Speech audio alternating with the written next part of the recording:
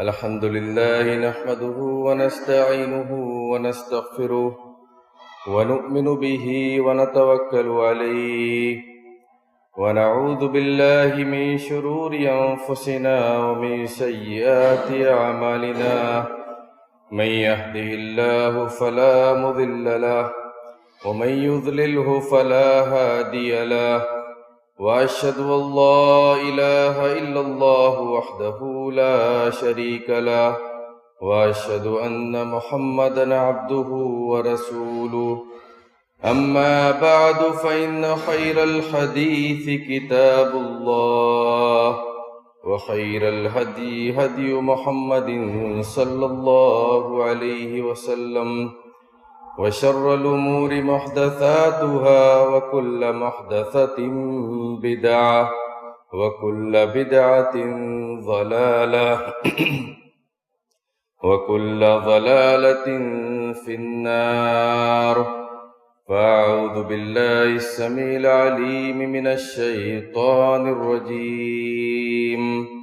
بسم الله الرحمن الرحيم وَلَقَدْ خَلَقْنَا الْإِنسَانَ وَنَعْلَمُ مَا تُوَسْوِسُ بِهِ نَفْسُهُ وَنَحْنُ أَقْرَبُ إِلَيْهِ مِنْ حَبْلِ الْوَرِيدِ إِذْ يَتَلَقَّى الْمُتَلَقِّيَانِ عَنِ الْيَمِينِ وَعَنِ الشِّمَالِ قَعِيدٌ ما يلفظ من قول إلا لديه رقيب عتيد وجاءت سكرة الموت بالحق ذلك ما كنت منه تحيد ونفخ في السور ذلك يوم الوعيد وجاءت كل نفس معها سائق وشهيد لقد كنت في غفلة من هذا فكشفنا عنك غطاءك فبصرك اليوم حديد قال قرينه هذا ما لدي عتيد القيا في جهنم كل كفار عنيد مناع للخير معتد مريب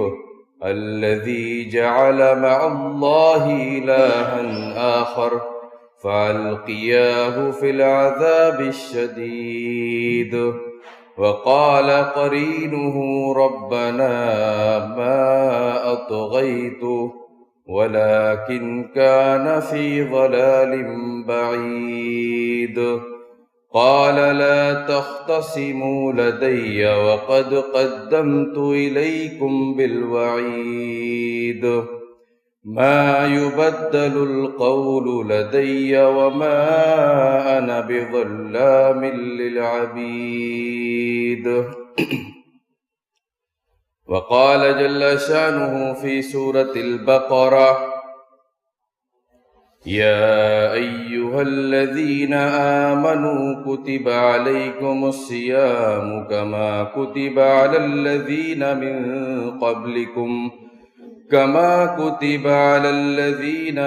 قبلكم لعلكم تتقون وقال جل وعلا في موضع آخر كلوا من الطيبات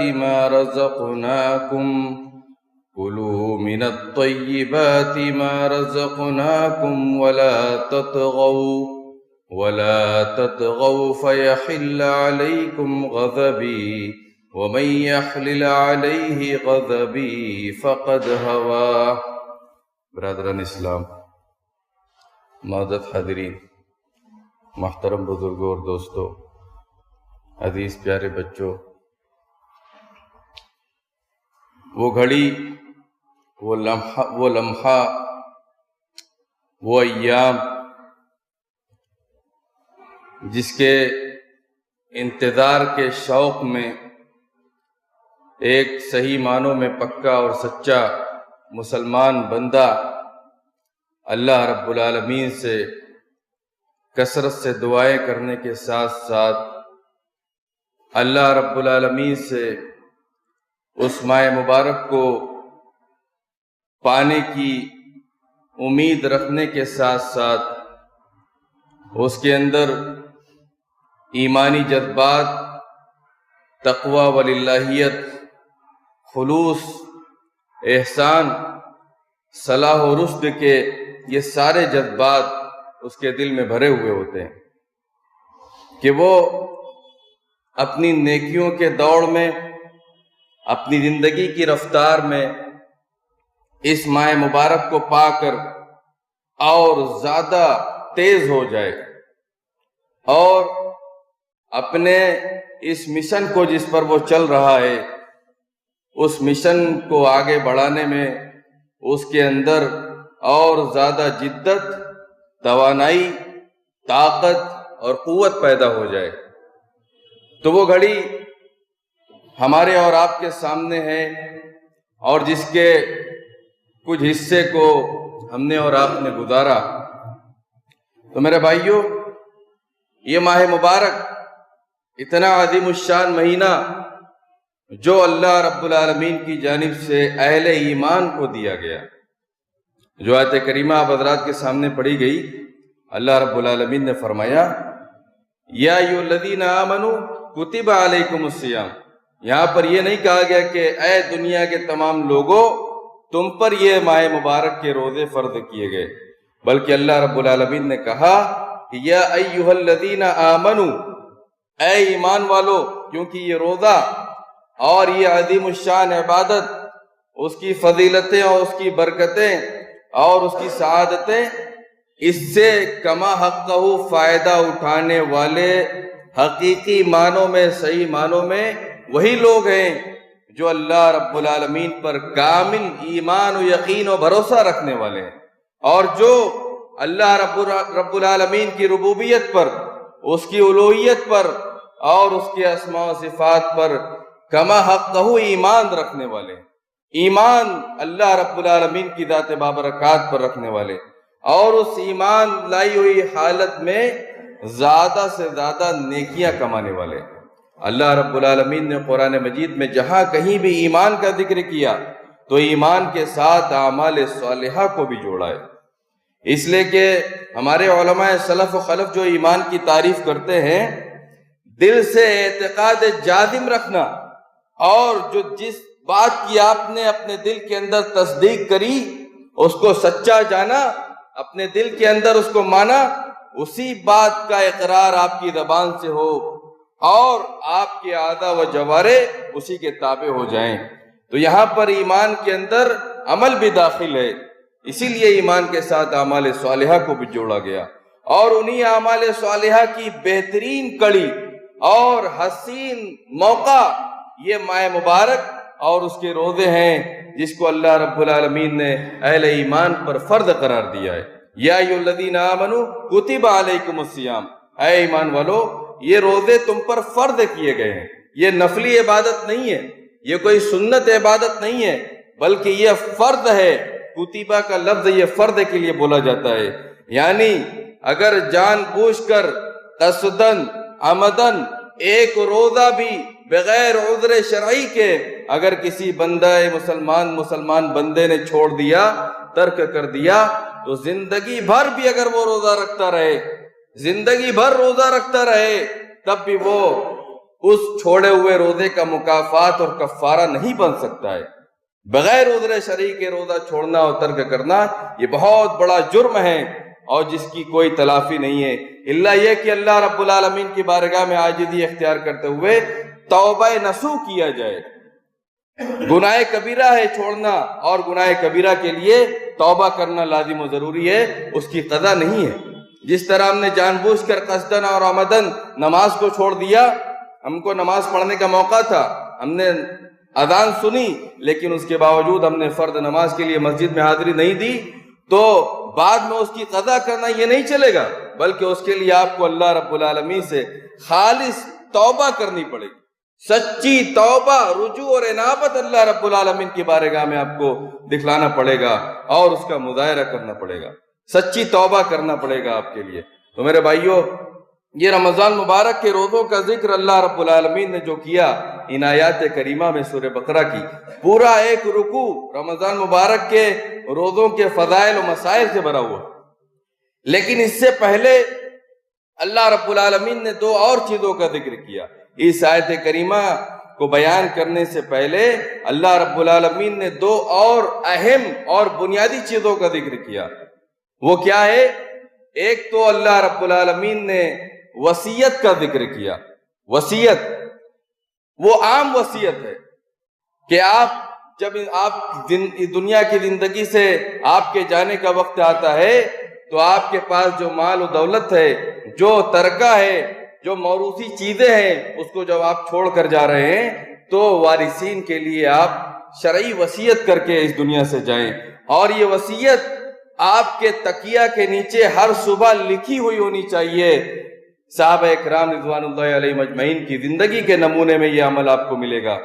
تو یہ وصیت، عام وصیت کا ذکر کیا، لیکن ایک سب سے بڑی وصیت بھی ہے اور وہ خاص وصیت ہے۔ اللہ رب العالمین نے اس وصیت کا ذکر قرآن مجید میں ایک دوسرے مقام پر بھی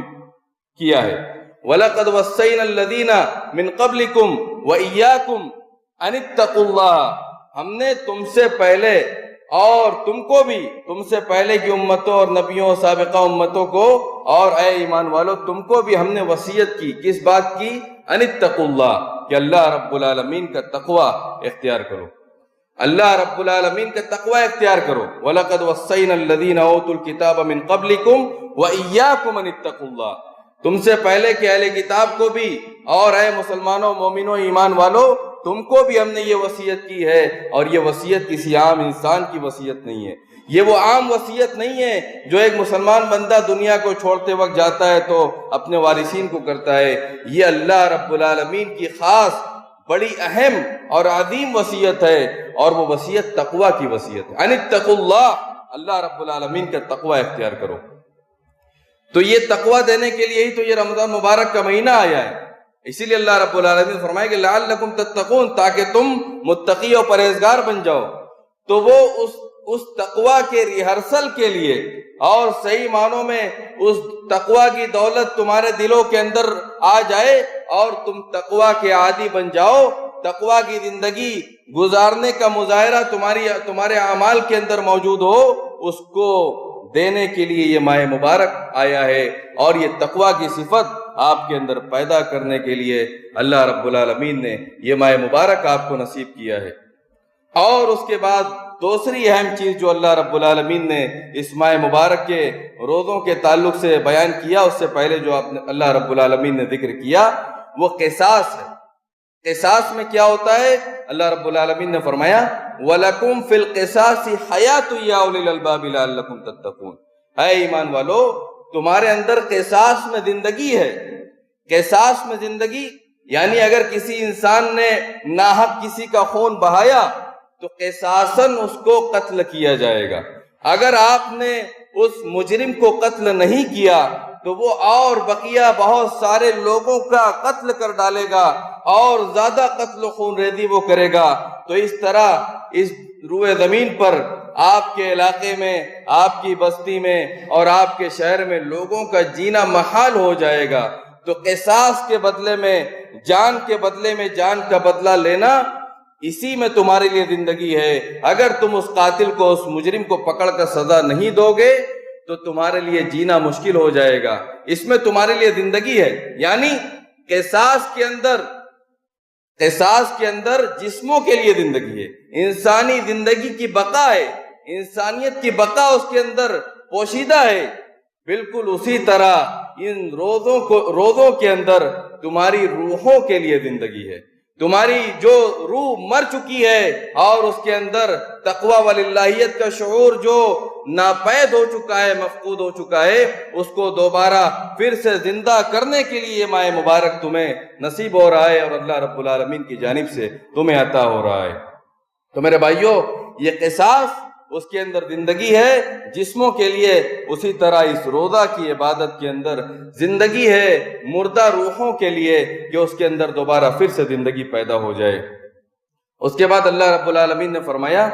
کتب علیکم الصیام، علیکم الصیام، ایمان والوں کو خطاب ہے کہ یہ دیگر دوسری اقوام پر یہ روزہ فرض نہیں ہے، بلکہ یہ اہل ایمان کے لیے فرض ہے، اور اہل ایمان ہی اس روزے کا کما حقہ حق ادا کرنے والے ہیں۔ علیکم، تم پر فرض کیا گیا، تاکید کے ساتھ کہا کہ تم پر فرض کیا گیا ہے۔ کما کتب علی الذین من قبلکم، جیسے کہ تم سے پہلی امتوں پر، سابقہ قوموں پر، انبیاء و رسول کے ماننے والی قوموں پر یہ روزہ فرض کیا گیا تھا۔ گویا کہ ایک تسلی کا سامان ہے اس امت محمدیہ کے لیے کہ یہ روزہ مشقت بھری عبادت صرف ہمارے اور آپ کے اوپر یہ انوکھی عبادت فرض نہیں کی گئی ہے، بلکہ یہ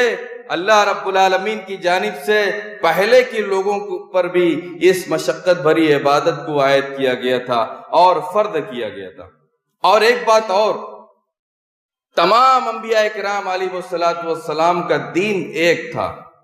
دین، اصول اور عقیدہ میں سب کے سب متفق تھے، اللہ رب العالمین کی توحید کا، اور اللہ رب العالمین کو رب ماننے، اللہ رب العالمین کو خالق و رازق ماننے، اور قیامت کے دن پر ایمان رکھنے، مرنے کے بعد دوبارہ زندہ کیے جانے پر، قبر کا عذاب برحق ہے اس پر،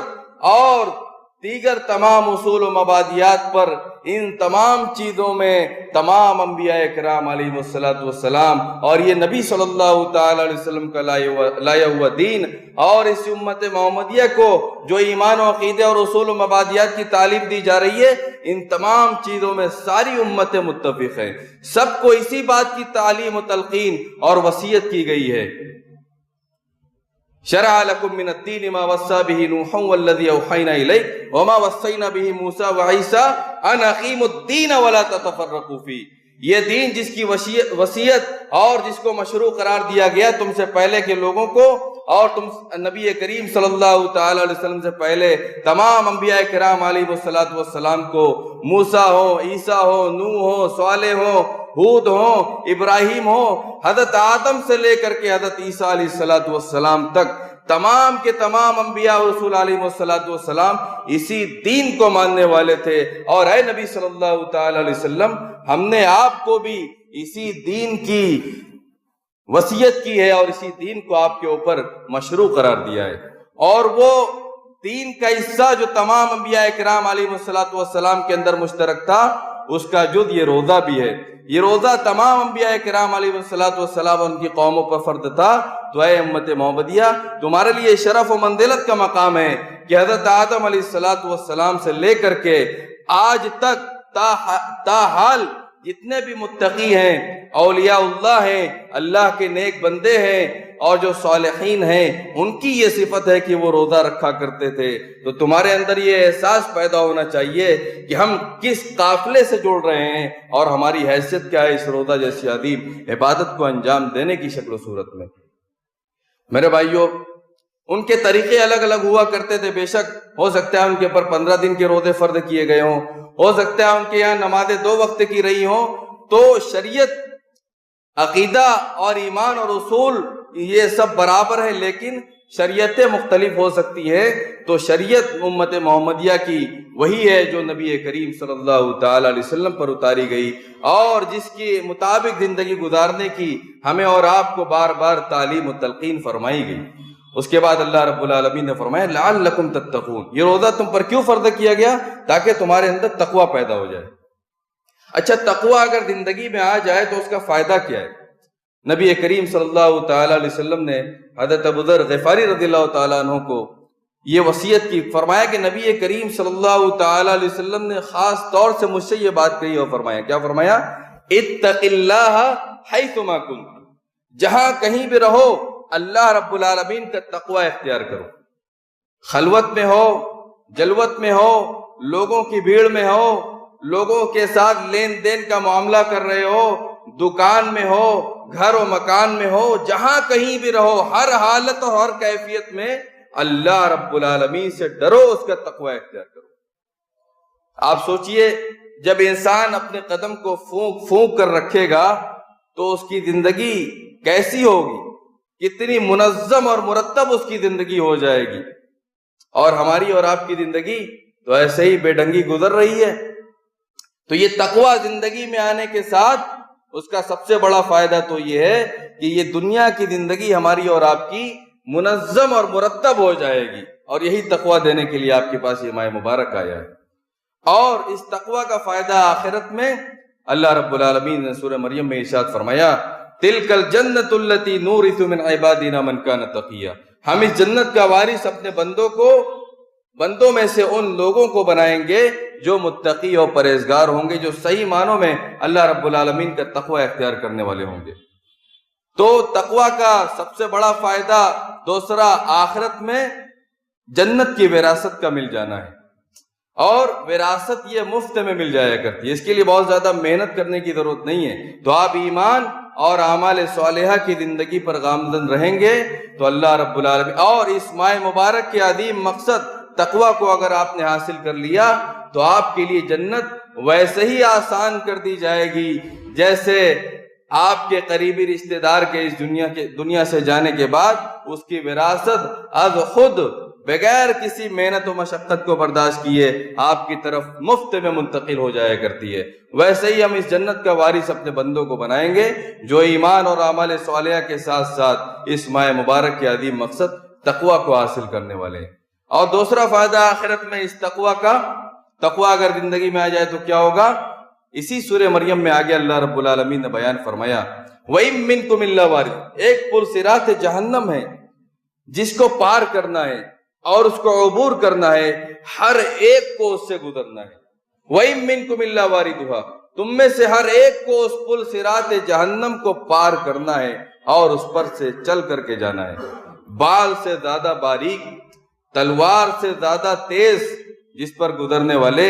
بجلی کی تیز رفتار کے ساتھ اپنی ایمانی کیفیت اور اعمال صالحہ کی کثرت و بہتات اور اس تقوی جیسی عظیم صفت میں بلند معیار پر فائد ہونے کی بدولت بجلی کی رفتار کے ساتھ گزر جائیں گے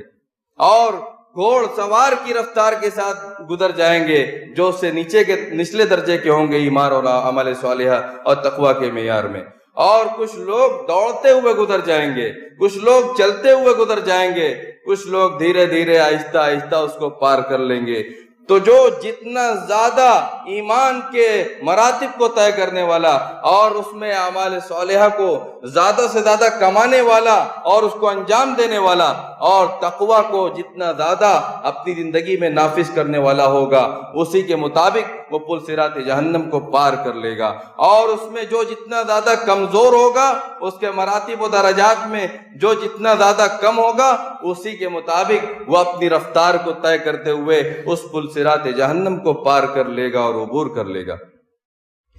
وَنَذَرُ الظَّالِمِينَ فِيهَا جِثِيًّا. اور ہم ثُمَّ نُنَجِّي الَّذِينَ اتَّقَوْا وَنَذَرُ الظَّالِمِينَ فِيهَا جِثِيًّا. اللہ رب العالمین نے فرمایا کہ ہم اس پل صراط جہنم کو پار کرا دیں گے، بآسانی عبور کرا دیں گے ان لوگوں کو جو صحیح معنوں میں اللہ رب العالمین کا تقوی اختیار کرنے والے ہیں. وَنَذَرُ الظَّالِمِينَ فِيهَا جِثِيًّا. اور ظالموں کو ہم اس پل صراط جہنم پر گھٹنوں کے بل بیٹھا دیں گے، وہ اس سے آگے نہیں بڑھ سکتے. یعنی اگر ایمان ہم نے صحیح معنوں میں نہیں لایا اور ایمان کی لائی ہوئی حالت میں اعمال صالحہ کو زیادہ سے زیادہ انجام نہیں دیا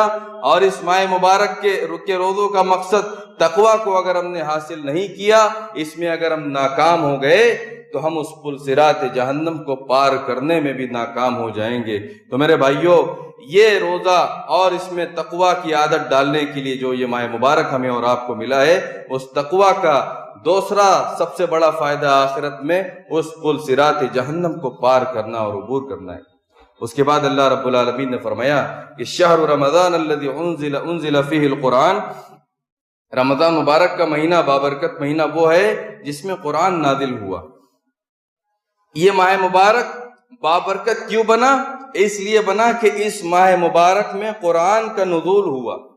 سال میں 12 مہینے ہیں اور 12 مہینوں میں 11 مہینے کو وہ فضیلت و برتری، فوقیت و مقام و مرتبہ و منزلت اور عظمت حاصل نہیں ہے اور صرف اس ماہ مبارک کو حاصل ہے. وہ اس بنا پر حاصل ہے کہ اس ماہ مبارک میں عظیم ہستی، سب سے بڑے خالق و مدبر، خالق کائنات، مالک ارض و سما،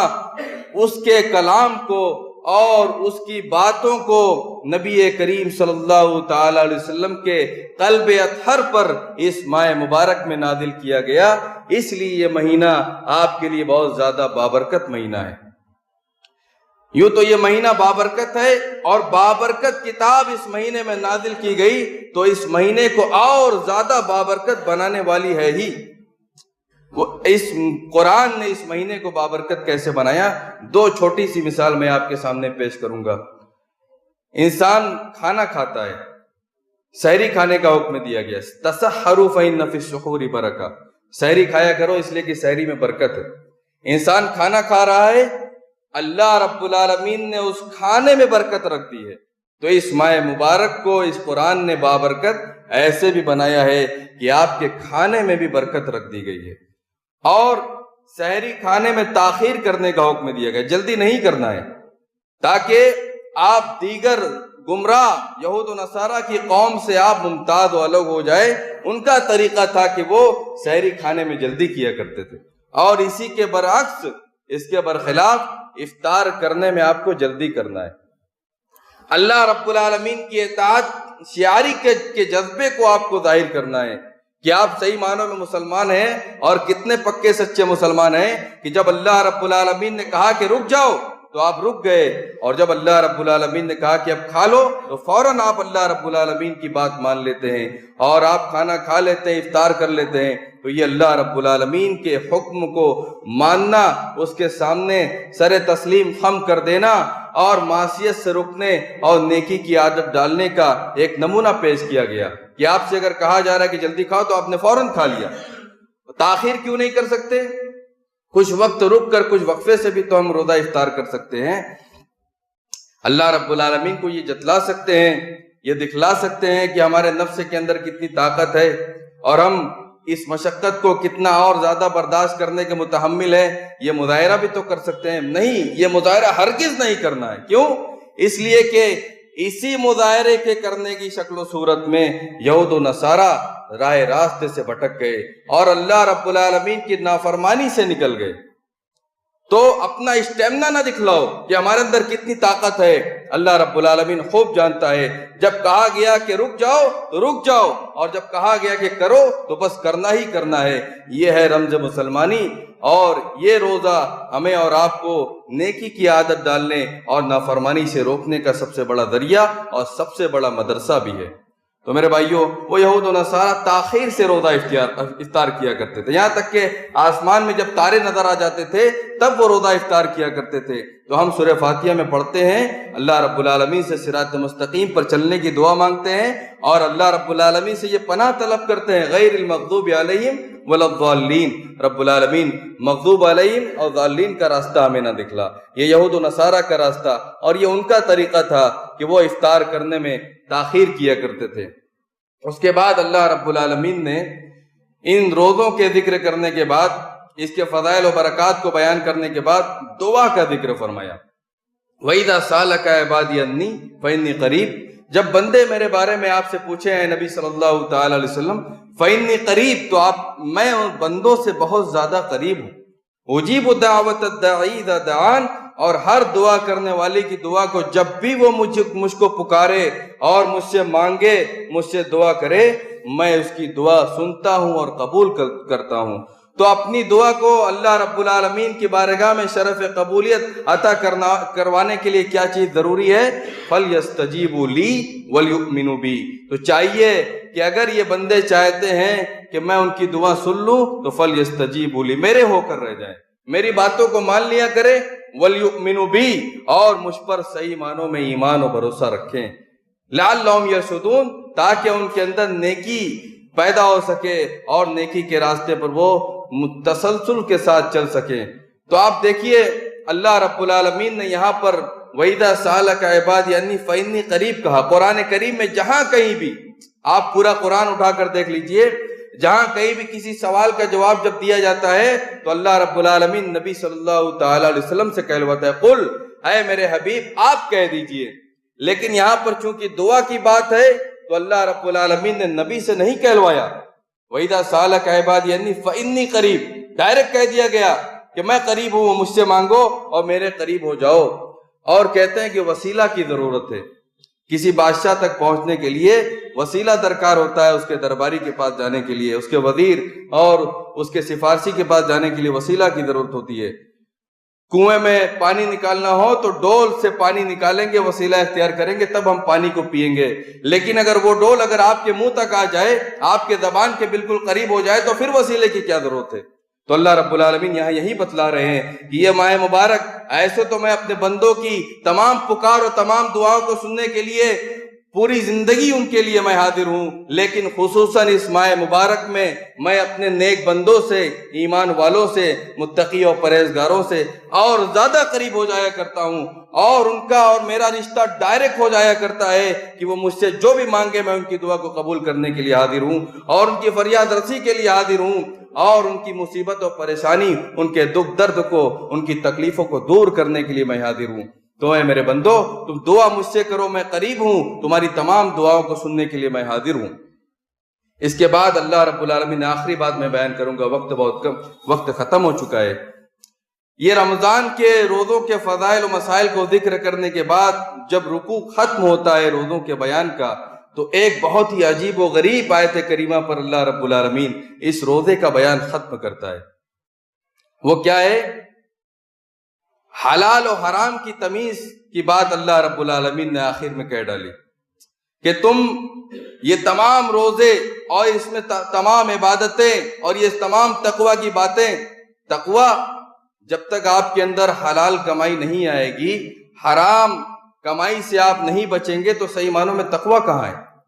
اللہ رب العالمین نے فرمایا کہ انما یتقبل اللہ من المتقین. اللہ رب العالمین نے حصر کر دیا، صرف اور صرف متقی اور پرہیزگار لوگوں کے اعمال کو ہی اللہ رب العالمین قبول کرتا ہے. تو میرے بھائیوں، منہ کے راستے سے بھی، زبان کے اندر سے بھی تقوی جانا چاہیے ہمارے پیٹ کے اندر، تاکہ ہماری یہ نیکیاں برباد نہ ہو جائیں. یہ اعمال صالحہ جو ہم اللہ رب العالمین کے بارگاہ میں بھیج رہے ہیں، وہ ہمارے لیے صحیح سالم رہے،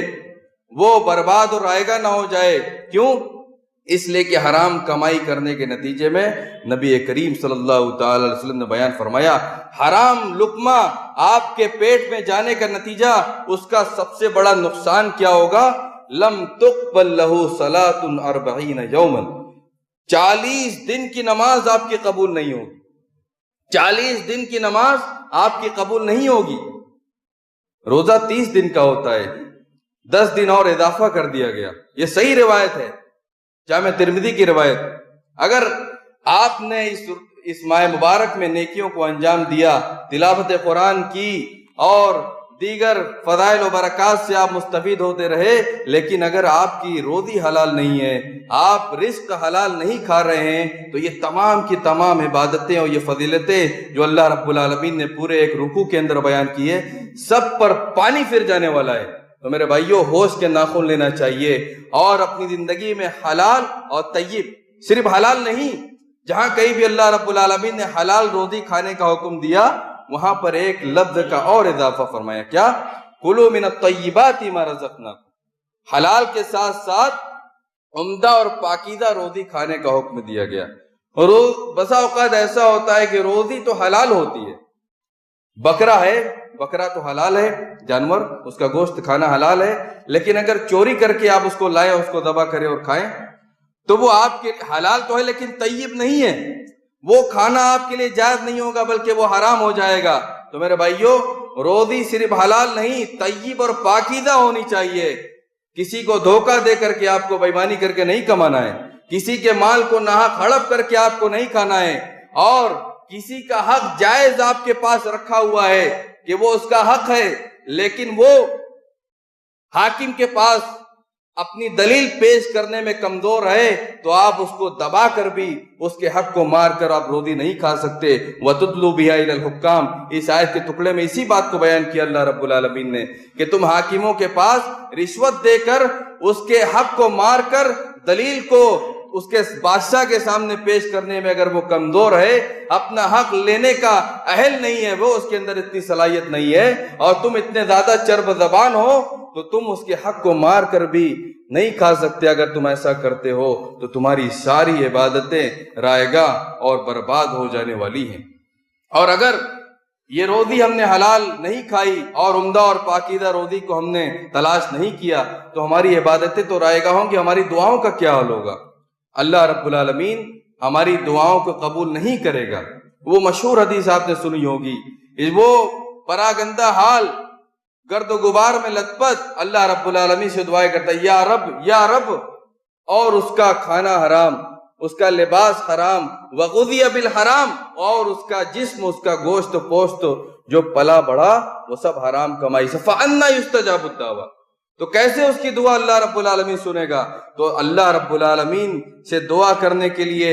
اور اس دعا کو قبول کروانے کے لیے حلال کمائی، پاکیزہ روزی یہ حاصل کرنا بہت ضروری ہے۔ میرے بھائیوں، یہ بنیادی باتیں تھی، اس ماہ مبارک کو کیسے گزارنا چاہیے، ان باتوں سے آپ کو یہ کچھ سبق بھی ملا ہوگا۔ باتیں تو بہت ہیں، وقت بہت کم ہوتا ہے، بیان کرنے کا پورا موقع نہیں ملتا۔ انشاءاللہ کبھی آگے موقع رہا تو آگے کی باتیں بیان کی جائیں گی۔ اللہ رب العالمین سے دعا ہے الہ العالمین تو ہم تمام مسلمانوں کو اس ماہ مبارک کے روزوں کا صحیح معنوں میں حق ادا کرنے کی توفیق عطا فرما۔ رب العالمین اس ماہ مبارک میں زیادہ سے زیادہ ایمان کے ساتھ اعمال صالحہ کو انجام دینے کی توفیق عطا فرما۔ رب العالمین اس ماہ مبارک کے روزوں کے مقصد تقوی کو صحیح معنوں میں ہماری زندگی میں داخل کر دے۔ رب العالمین ہمارے نفوس کو تقوی کا عادی بنا دے۔ رب العالمین اس ماہ مبارک میں کی گئی نیکیوں کو شرف قبولیت عطا فرما۔ رب العالمین حلال اور پاکیزہ اور طیب کمائی کو حاصل کرنے کی ہمارے لیے توفیق عطا فرما، اور اس کے تمام حلال راستوں کو، اس کی رسائی تک ہمارے لیے ہم کو آسانی کے ساتھ ان راستوں تک پہنچنے کی اور اس کو حاصل کرنے کی ہمارے لیے ہر ممکن کوششیں آسان فرما دے۔ اقول قولی ھذا واستغفر اللہ لی ولکم ولسائر المسلمین من کل ذنب فاستغفروا انہ هو الغفور الرحیم۔ الحمد للہ رب العالمین الرحمن الرحیم مالک یوم الدین ایاک نعبد و ایاک نستعین اہدنا الصراط المستقیم صراط الذین انعمت علیہم غیر المغضوب علیہم ولا الضالین۔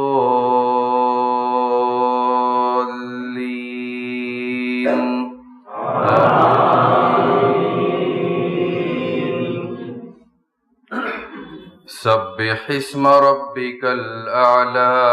الذی خلق فسوى والذی قدر فہدى والذی اخرج المرعى فجعله غثاء احوى سنقرئك فلا تنسى إلا ما شاء الله إنه يعلم الجهر وما يخفى ونيسرك لليسرى فذكر إن نفعت الذكرى سيذكر من يخشى ويتجنبها الأشقى الذي يصلى النار الكبرى ثم لا يموت فيها ولا يحيا قد أفلح من تزكى وذكر اسم ربه فصلى بل تؤثرون الحياة الدنيا والآخرة خير وأبقى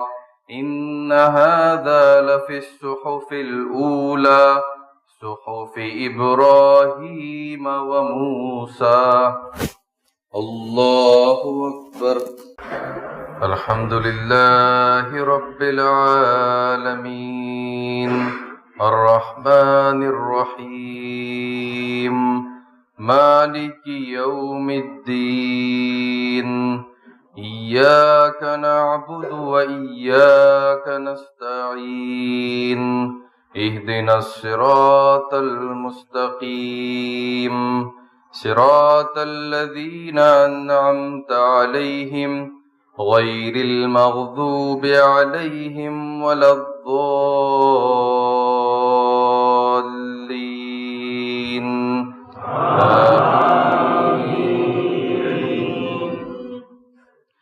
هل أتاك حديث الغاشية وجوه يومئذ خاشعة عاملة